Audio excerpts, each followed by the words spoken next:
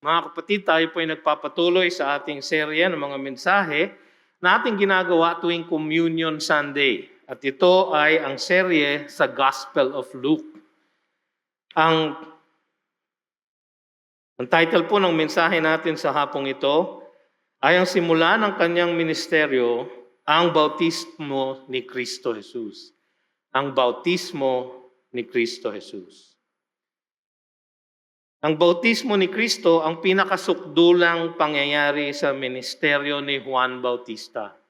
Natutunan na natin sa mga previous chapters na siya mismo ay hinirang ng Panginoon, inanunsyo ang kanyang kapanganakan sa pamamagitan ng isang anghel na nangusap sa kanyang mga magulang at sinabi at ibinukod siya upang maging tagapagpauna ng ating Panginoong Jesus, forerunner. Sa isang banda, mga kapatid, tayong lahat ay ganyan din. Tayong lahat sa mata ng maraming tao sa ating lipunan o sa ating pamilya ay tagapagpauna ng ating Panginoong Jesus. Sa John chapter 1, verses 31 to 33, ang sabi ni Juan sa kanyang ebanghelyo ay ganito. Ang sabi ni Juan Bautista, I myself did not know him, but for this purpose I came baptizing with water that he might be revealed to Israel. And John bore witness, I saw the Spirit descend from heaven like a dove, and it remained on him. I myself did not know him, but he who sent me to baptize with water said to me, He on whom you see the Spirit descend and remain, this is he who baptizes with the Holy Spirit. Ito po ang account ni John ng baptism ni Kristo Jesus. At makikita niyo po ron na si Juan Bautista, ang kanyang ministeryo ay talagang ipakilala lang o maging tagapagpauna ng ating Panginoong Jesus. At dumating na yung araw na yon sa pagbabautismo niya. Mula noon, unti-unti nang pumanaw sa eksena si Juan Bautista. Ang sabi sa John 3 verses 28 to 30 ay ganito, You yourselves bear me witness. Si Juan Bautista po nagsasalita dito, that I said I am not the Christ, but I have been sent before him.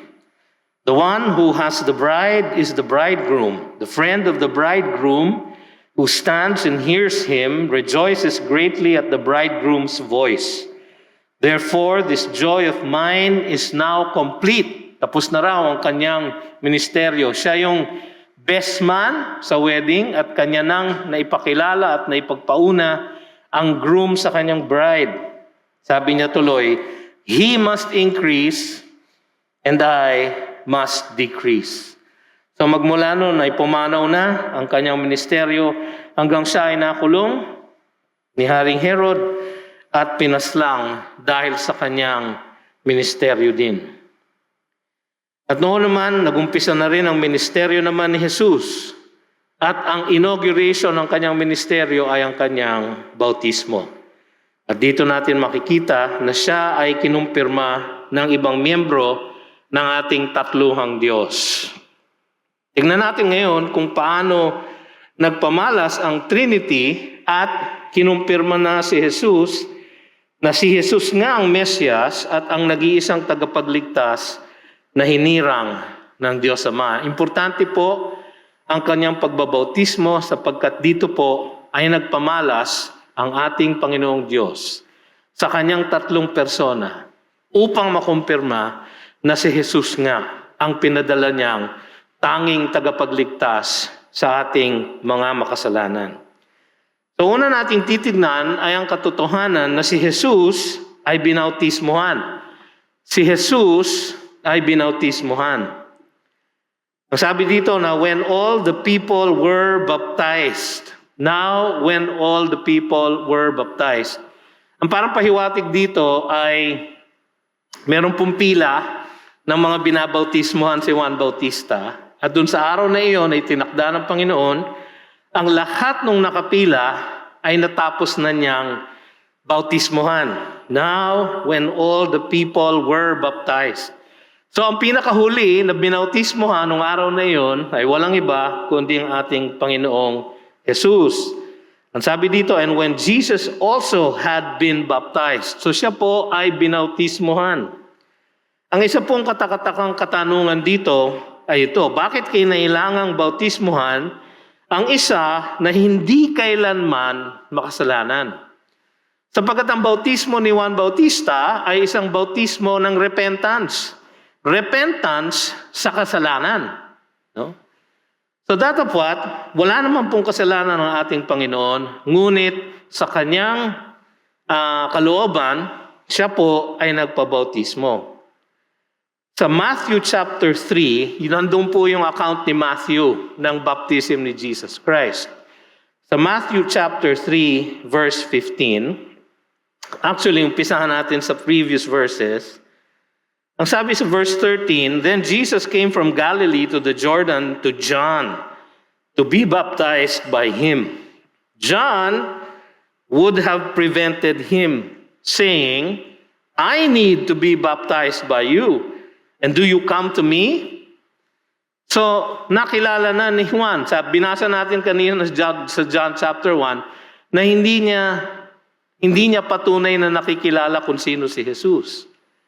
Pero siguro nagpahiwatig ang Espiritu Santo ng Diyos sa kanyang puso noong araw na iyon at nalaman na niya na ito nga ang Mesiyas na siya ang tagapagpauna.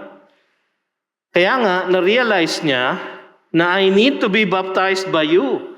Dapat ako bautismohan mo. Hindi ako magbabaptize sa iyo. Pero ang sabi ni Jesus ay ito, but Jesus answered him, let it be so now, for thus it is fitting for us to fulfill all righteousness. Then he consented. Sabi ni Jesus, thus it is fitting for us. Yung us po na yun, makikita natin mamaya sa konteksto, ay hindi us na si Jesus at si John. Hindi po. Yung us po, ang tinutukoy po, ay ang Diyos Ama, Diyos Anak, at Diyos Espiritu Santo. Sabi niya, it is fitting for us, the triune God, to fulfill all righteousness. Wala sa mga kautusan ng Diyos sa Israel ang pagbabautismo. So kapag narinig ninyo si Jesus na sinabi niya, tama lang na ma-fulfill natin ang lahat ng katuwiran or ang lahat ng righteousness, ang isipin kaagad natin, meron bang iniutos sa kautusan sa Old Testament ng pagbabautismo? Actually po wala. No? Ang inutos yung paglilinis ng kamay, ang inutos yung paghuhugas ng katawan, pero wala pong inutos na bautismo. Yung bautismo po na pinapractice ni Juan Bautista actually, ang precedent po niya ay pagbabautismo ng mga hentil na nagko-convert into Judaism. Yung pong pagbabautismo ay kanilang simbolo na iniiwanan na nila ang pagiging hentil at sila ay niyayakap na nila ang Diyos ng Judaismo. So yun po yun. Pero naging bahagi na ng pagiging matuwid yung nagpapabautismo. Kasi sa ministeryo ni Juan Bautista, nung siya ay nag-appear, ang sabi niya, kailangan ninyong magsisi at tumalikod sa inyong kasalanan. No? Sapagkat darating na ang kaharian ng Diyos. Ang kanyang mensahe, repent, for the kingdom of God is at hand. So sabi niya, repent. Ang ibig po sabihin ng salitang repent, metanoia, palitan ninyo. Magbaliktad kayo ng pag-iisip ninyo. Imbis na ang hinahanap ninyo ay ang reliyon ng makatao, tanggapin ninyo ang pagdating ng kaharian ng Diyos. Yun po ang mensahe ni Juan Bautista. At ang simbolo po noon ay ang pagbabautismo niya. Kaya parang naging bahagi na ng pagiging matuwid yung pagbabautismo. At kaya naman sinabi ni Jesus, kailangan nating sundin ang lahat ng nararapat para sa pagiging matuwid. Bakit? Kasi kailangan to pa rin ni Jesus ang lahat ng nasa kautusan at higit pa ng nasa kautusan. Sabi niya sa Matthew 5:17-20 ay ganito, sa kanyang Sermon on the Mount. Do not think that I have come to abolish the law or the prophets. I have not come to abolish them but to fulfill them. Sabi niya, I have come to fulfill the law. Kailangan kong sundin ang buong kautusan At higit pa dito, sabi niya sa verse 18, "For truly I say to you, until heaven and earth pass away, not an iota, not a dot will pass from the law until all is accomplished. Therefore, whoever relaxes one of the least of these commandments and teaches others to do the same will be called least in the kingdom of heaven. But whoever does them and teaches them will be called great in the kingdom of heaven." Sabi niya sa verse 20, "For I tell you, unless your righteousness exceeds that of the scribes and the Pharisees, you will never enter the kingdom of heaven." Kailangan niya matupad ang lahat ng kailangan sa pagiging matuwid. Kailangan maging ganap, perfect sa mata ng Diyos, ang lahat ng magiging bahagi ng kanyang kaharian. Sinabi din yan ni Jesus sa Matthew 5:48, "You therefore must be perfect as your heavenly Father is perfect." Pero alam naman natin mga kapatid na walang sino man ang makatutupad nito kundi ang walang salang anak ng Diyos. Kaya kailangan niyang sundin lahat ang kautusan, pati na rin ang pagbabautismo. Sa kanyang pag-present sa temple, sinunod ng kanyang magulang ang lahat ng kautusan. Ang kanyang pagtutuli, ang kanyang pag-present sa templo, ang kanilang paglilinis ng kanilang sarili. Sinunod nila lahat para alam nila na ang kanilang anak masusunod at matutupad ang lahat ng ganap sa kautusan ng Diyos. Kaya nga, walang makatutupad ng perfectly ng kautusan ng Diyos. Kaya bumaba ang anak ng Diyos mula sa langit upang gampanan ang tungkulin na ito bilang dakilang kinatawan ng mga makasalanan, dahil nga walang sino man ang makatutupad nito. Kaya bakit kailangan niya magpabautismo? Sapagkat ang kanyang bautismo ay kailangan upang matupad niya ang pagiging matuwid. Hindi ng sarili niya, sapagkat siya'y matuwid na, kundi ang pagiging matuwid ng mga makasalanan na kailangan upang maging katanggap-tanggap sa Diyos. Siya ang ating kinatawan. Kanyang finulfill ang lahat ng righteousness bilang ating kinatawan, upang kapag tayo ay mananalig sa Kanya, ang Kanyang righteousness ang mapapasa atin. At sa ganoong paraan, matutupad natin ang lahat ng kautusan ng Diyos. Tayo ay magiging perfect. Kaya yung kanyang pagbabautismo ay kanyang unang pakikiisa sa mga taong tutubusin niya sa kanilang mga kasalanan. Alam natin sa 2 Corinthians 5:21, "For our sake, He made Him to be sin who knew no sin." Wala po siyang pagkakasala. "So that in Him we might become the righteousness of God." Sa pamamagitan niya, bilang ating kinatawan, siya ay nabuhay ng isang perfect life upang kapag tayo ay mananampalataya sa Kanya, ang perfect life na yan ay mapapasa atin sa ating pananalig sa Kanya.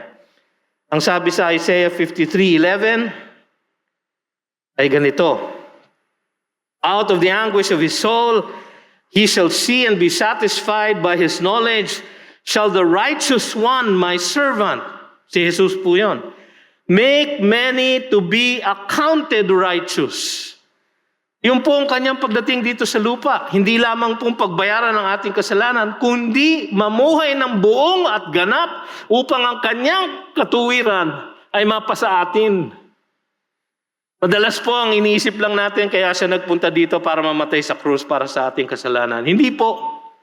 Siya rin po ay nagpunta dito upang mabuhay ng matuwid, upang yung ganong pagiging matuwid ay maibigay niya sa atin ng makasalanan. Sapagkat hindi po natin kayang maging matuwid, siya ang naging matuwid para sa atin. Kaya po siya nagpabautismo. 1 Peter 3:18, "For Christ also suffered once for sins, the righteous," siya po, "the righteous for the unrighteous." Yung matuwid para sa hindi matuwid, "that He might bring us to God, being put to death in the flesh, but made alive in the Spirit." Kaya po siya nagpabautismo. Ito po ay isang pakikiisa sa mga taong tutubusin niya katulad nating lahat. Ito ay isang publikong pagkukumpirma mula sa langit ng kanyang pagka-Mesyas. ang kanyang pagbabautismo ay hindi niya kailangan kasi wala siyang kasalanan.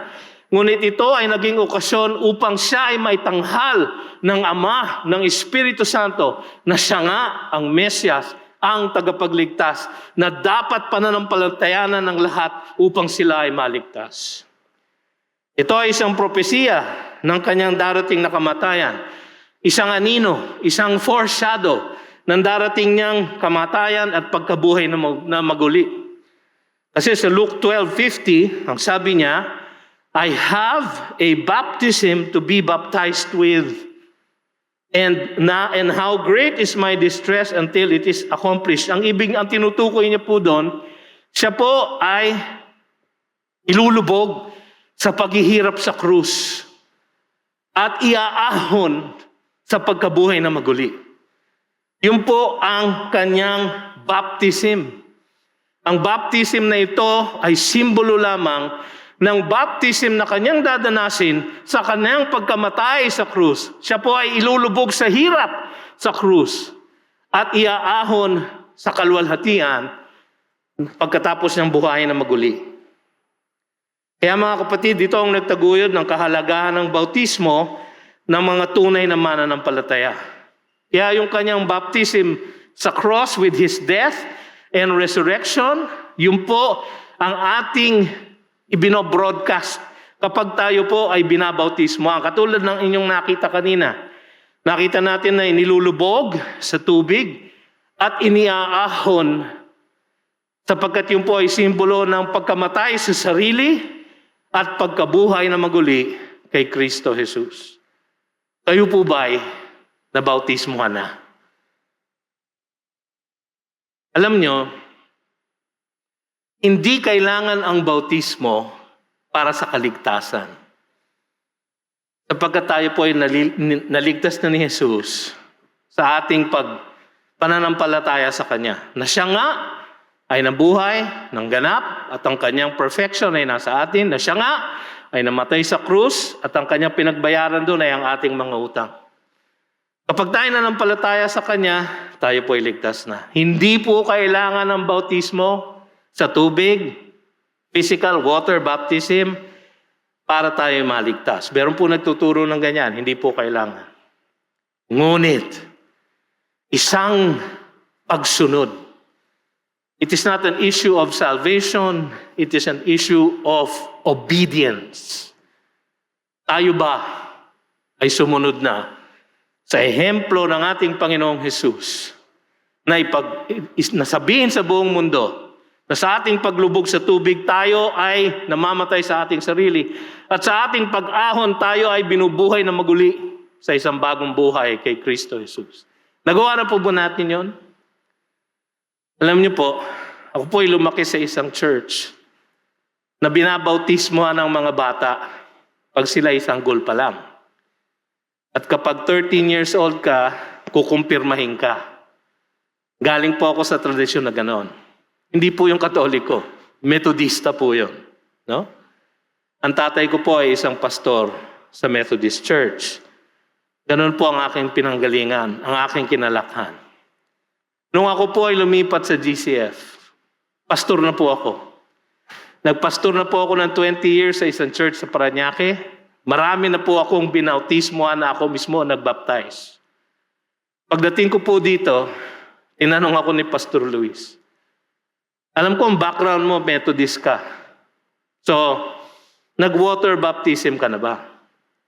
Sabi ko, hindi pa, Pastor. Pero willing po ako para lang maging patotoo sa iba. So, December 2009, dyan din po sa Auditorium A, nilubog po niya ako sa tubig at inihaon muli upang isang patotoo na ako ay patay na sa aking sarili at buhay na kay Kristo Jesus. Yan po ang kahalagahan ng kanyang pagbabautismo. Isang pagtupad ng pagiging matuwid para sa atin at isang ehemplo na dapat nating sundin sa ating buhay. Pangalawa, si Jesus ay hindi lamang po binautismohan, si Jesus ay nanalangin. Si Jesus ay nanalangin. Ang sabi sa ating teksto, and when Jesus also had been baptized, and was praying, the heavens were opened. The heavens were opened. Ngayon, meron na namang tanong na katakataka. Bakit kailangan manalangin ang anak ng Diyos? Diyos po siya. Bakit niya kailangan manalangin? Alam niyo, kailangan niya manalangin dahil siya ay tunay na nagkatawang tao at tunay na naging malaya o independent sa Amang nasa langit. Dahil siya ay nagkatawang tao, hindi naman naputol ang kanilang kaugnayan, ngunit naputol ang kanilang pag-uusap. Kaya kailangan niya mangusap sa Diyos, Ama na makapangyarihan sa lahat. Mahirap pong ma-imagine, hindi ko po maipaliwanag ng husto, ngunit ganun po ang dahilan. Bakit niya kailangan manalangin? Ito po ay isang patutuo na siya ay tunay na naging tao. At tunay na kanyang inempty ang kanyang sarili. Hindi po ba sa Philippians chapter 2, sa account ng kanyang incarnation, ang sabi niya, sabi ni Pablo, who though he was in the form of God, did not count equality with God a thing to be grasped. Hindi niya kailangan nakawin, hindi niya kailangan kapitan, sapagkat siya ay tunay na Diyos. But, sabi doon, emptied himself. Kenoo. Yung po ang tinatawag na kenosis. Yung emptying niya ng kanyang pagka-Diyos. Isinantabi niya ang kanyang pagka-Diyos by taking the form of a servant, being born in the likeness of men. So dahil siya ay born in the likeness of men, katulad ng lahat ng men, kailangan niyang manalangin sa Diyos, Ama. At nakita natin dito, upang ipakita niya na ang Diwang Banal ay kumikilos bilang tugon sa panalangin.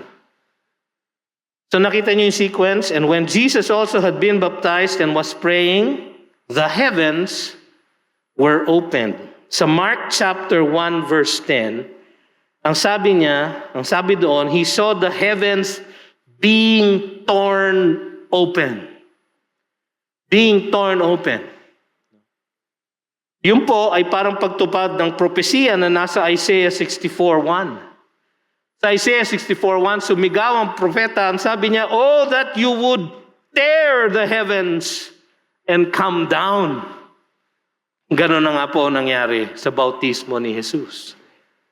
Pinunit ng Panginoon ang kalangitan at binuksan upang maipakita sa tao ang pagdatal ng kanyang Diwang Banal at ang pangungusap ng Diyos Ama para makumpirma ang Diyos Anak.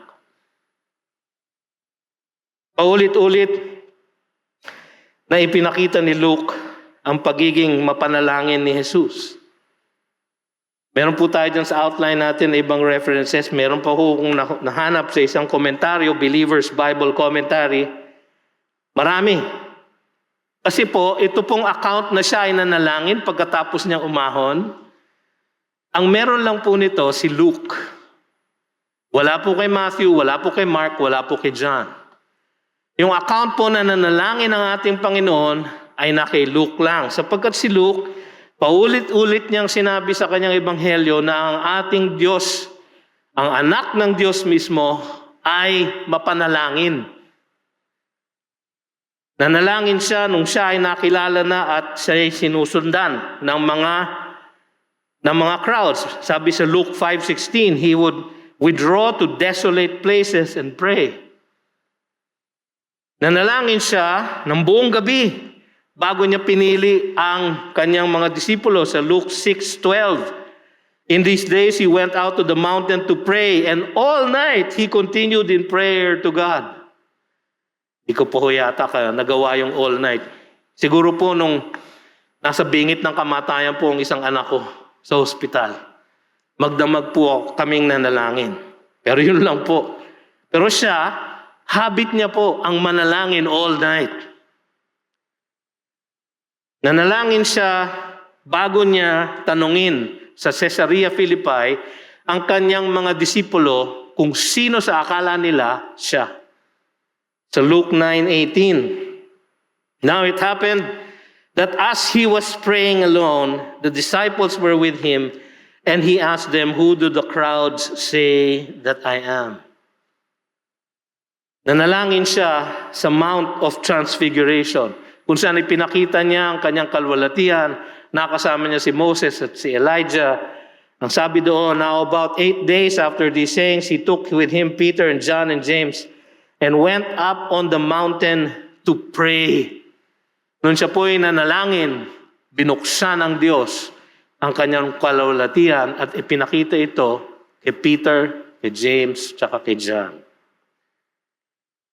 Nananalangin siya nung humingi ng tulong ang mga disipulo niya na turuan silang manalangin. Luke 11:1.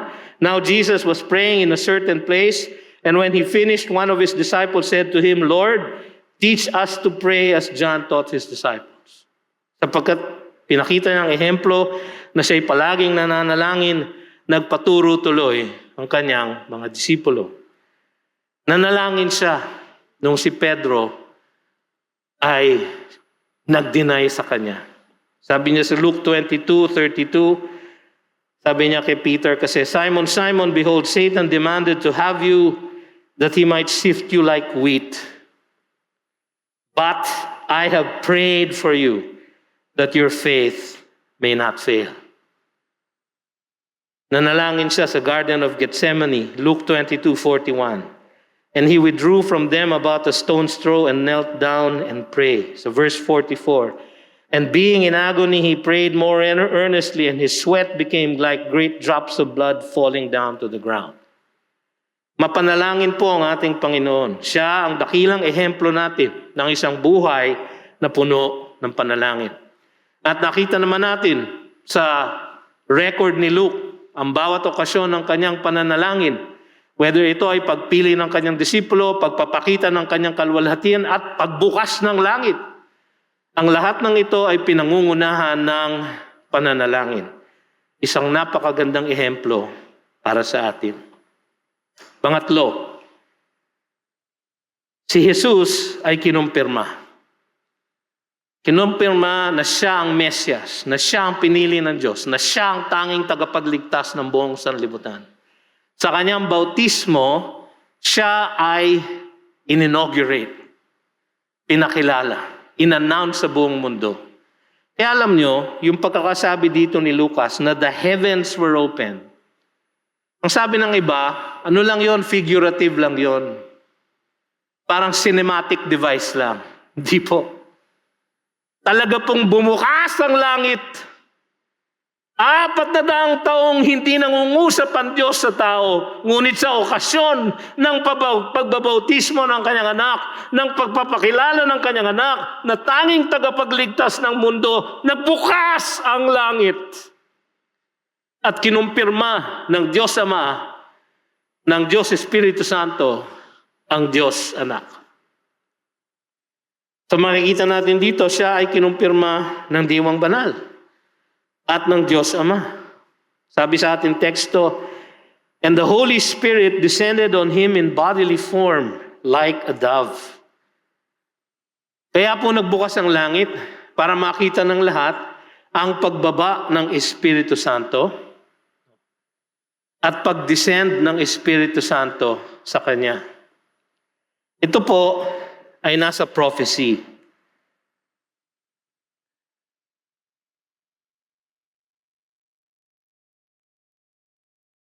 Sa Luke chapter 6, verse 14, pumunta si Kristo sa kanyang synagogue sa Nazareth at binasa ang aklat ni Isaiah 61 ang binasa niya.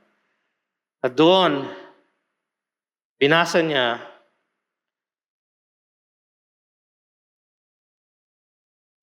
ang isang portion ng Isaiah 61 na nagsasabing, darating na ang Mesyas, ito ang kanyang gagawin. Palalayain niya ang mga nasa kulungan, pakikitain niya ang mga bulag, palalakarin niya ang mga pilay. Sabi niya, pagkatapos niyang basahin yon, siya po ay umupo. At habang nakatingin lahat sa kanya, Sinabi niya, "This scripture has been fulfilled in your sight today." Tinuro niya ang kanyang sarili. Siya ang fulfillment. Sa galit nga ng mga nasa sinagoga, ay pinalaya siya at muntik pa siyang ihulog sa bangin. Dahil hindi nila matanggap na siya ay Diyos. Sapagkat lumaki siya na anak ng isang karpintero sa kanilang kalagitnaan. Pero the Holy Spirit descended on him in bodily form. Ang sabi sa Isaiah 42:1, merong hula, merong isang propesiya sa pamamagitan ng Isaiah na ang Espiritu ng Diyos ay papataw sa kanyang servant. Yung Isaiah 42 ay isang messianic psalm. Yung servant po na tinutukoy doon ay si Kristo Jesus. So yung pagbaba ng Espiritu ng Diyos at pagdapo nito sa ating Panginoon ay isang pangungusap mula sa Diyos na ito ang aking servant. Ito ang aking chosen one. Yun po ang ibig sabihin nun. The Spirit of the Lord is upon me, because He has anointed me to proclaim good news to the poor.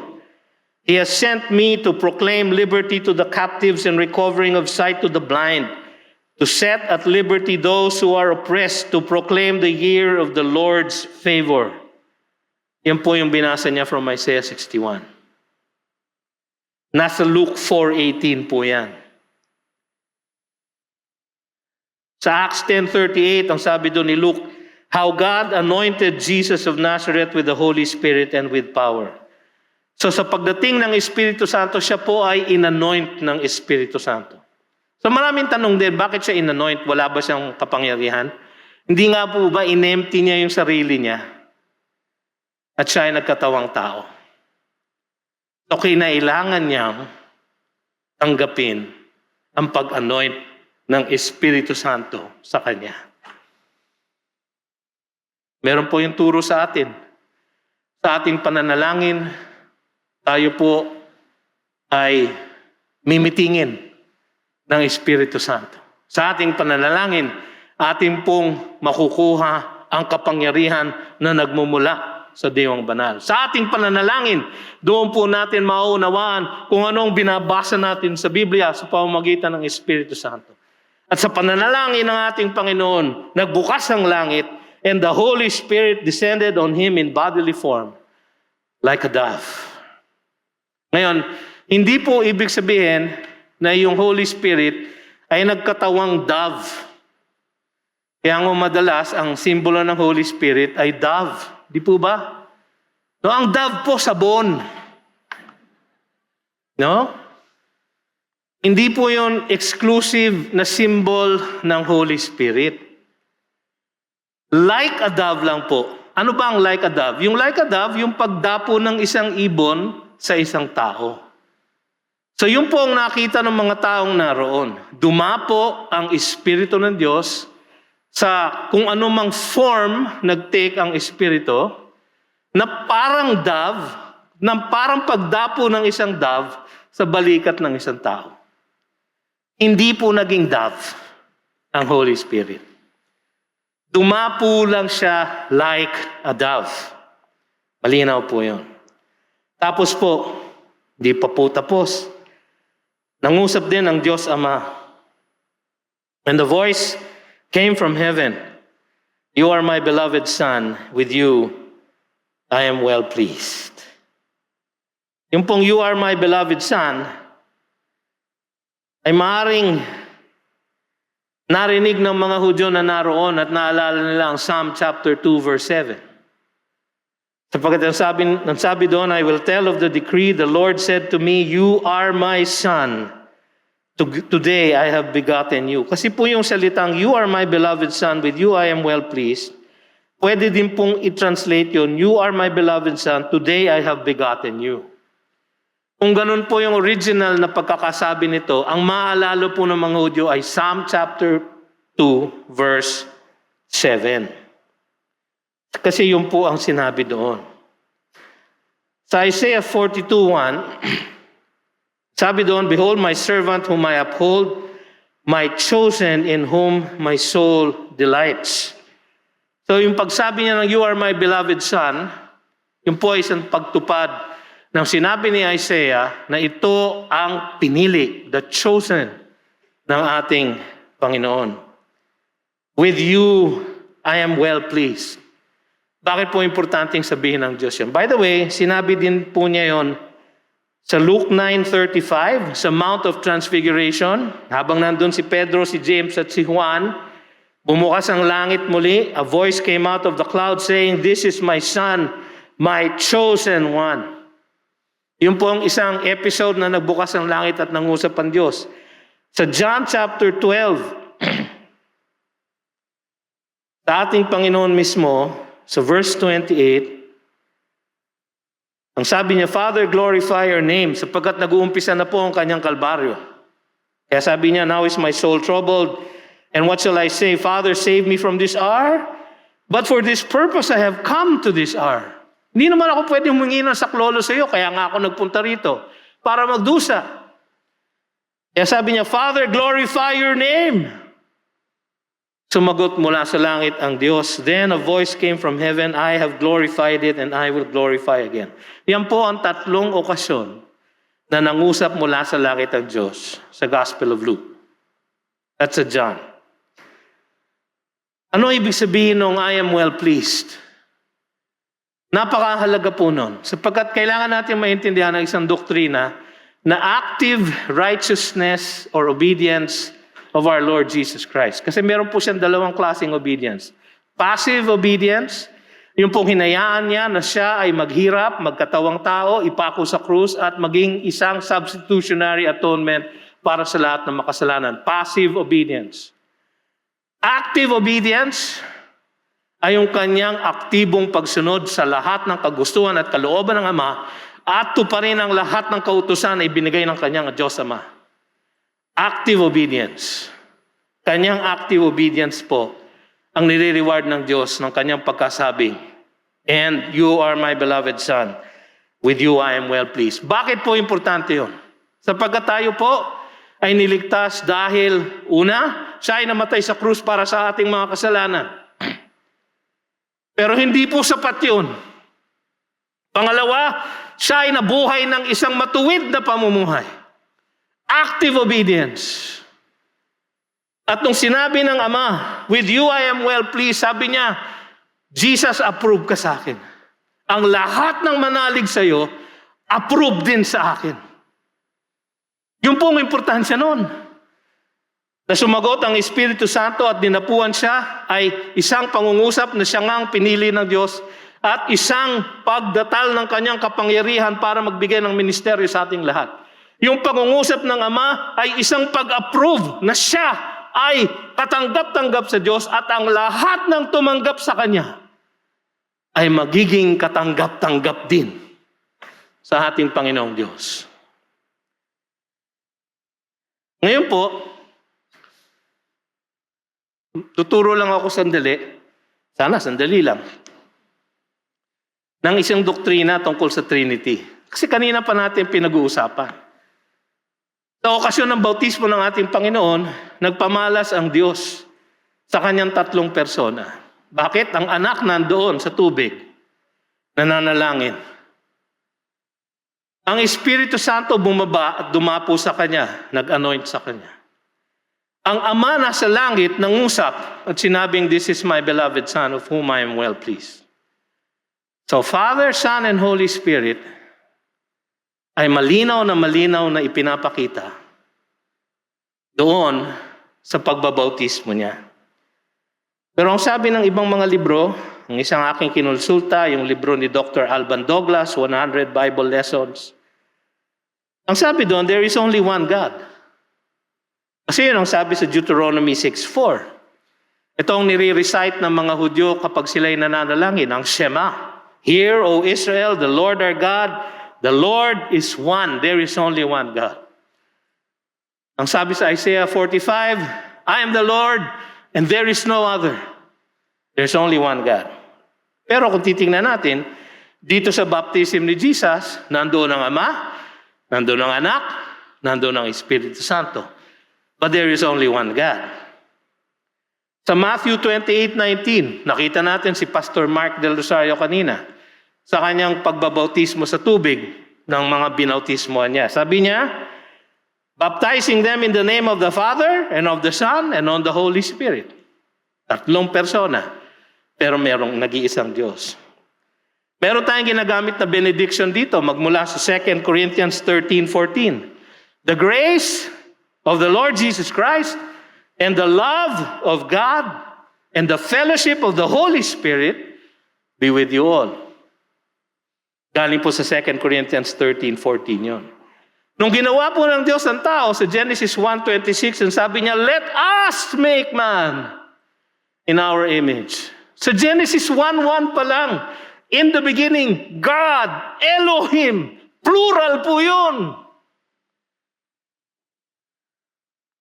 Siya ay isang Diyos, ngunit 3 persona.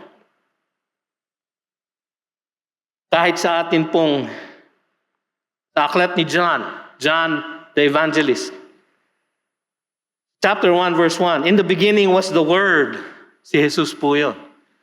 And the Word was with God, kasama ng Diyos. So merong Word, merong God. And the Word was God, He was in the beginning with God. So dalawa sila. All things were made through Him, and without Him was not anything made that was made. So nasa creation ang anak. Nasa creation ang ama. Pero kung babalikan niyo yung Genesis 1:2, ang sabi doon, the earth was without form and void, and darkness was over the face of the deep, and the Spirit of God was hovering over the face of the waters. No creation. So nung creation, nandun si God, the Father. Nung creation, nandun si God, the Son, the Word. Nung creation, nandun si God, the Holy Spirit. Pero iisa lang po ang Diyos. Pero 3 persona.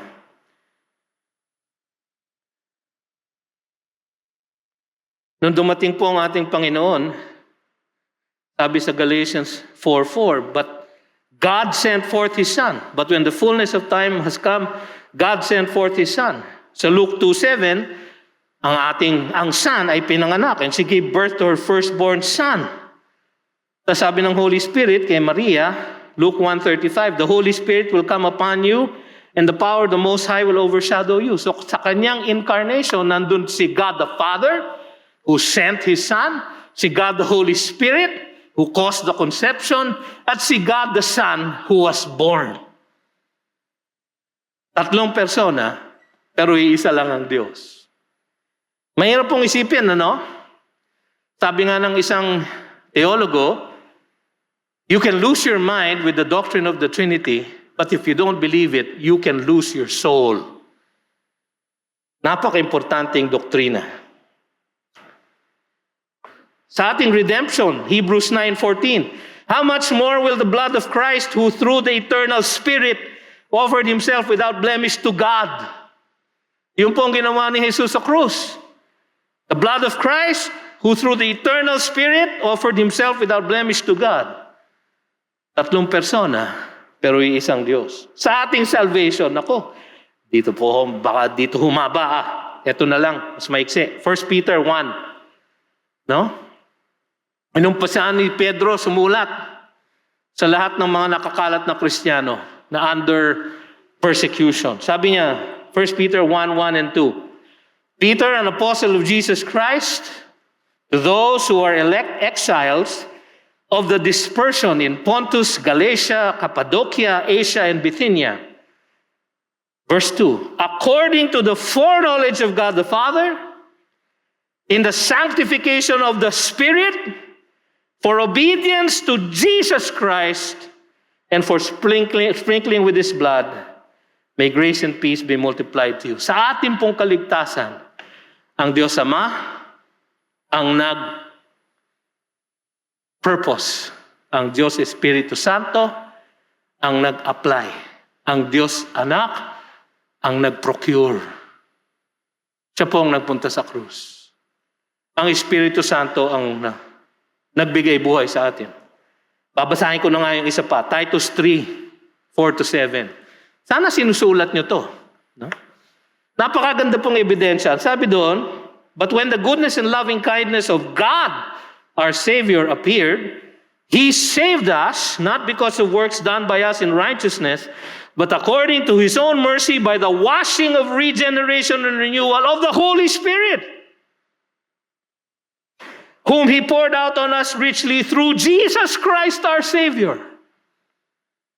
So nung tayo niligtas, ang Diyos ang nag-order, ang Holy Spirit ang gumawa, si Kristo ang bumili.